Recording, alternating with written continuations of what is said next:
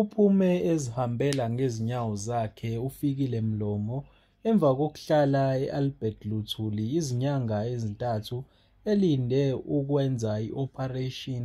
Uzokhumbula uke wabonakala emkhulekweni obuhlelwe nguThina Zungu kanye no-BI Phakathi kanye neminikelo abeyonikelelwa ngayo esahleli esibhedlela. Uphumile-ke namhlanje ezihambela ngezinyawo zakhe. Injabulo ibibhalwe emehlweni, ubonge nemithandazo kwabakade bekhuleka esesibhedlela nabamvakashela esibhedlela esebunzimeni. Waphinde wabonga nabamnikelelayo baqhubeke nokumnikelela ngoba usehlala isikhathi eside esibhedlela. Hello kazini. Sengiyazihambela.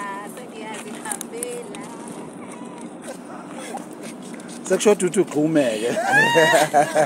Ngabe ngiyasina manje ngiyakwazi ukusina ngimthumbu ubuhlungu. Ngiyabonga ithandwa zami, imithandazo yenu isebenze kakhulu. Ngiyabonga kubo bonke akade bengikhulekela.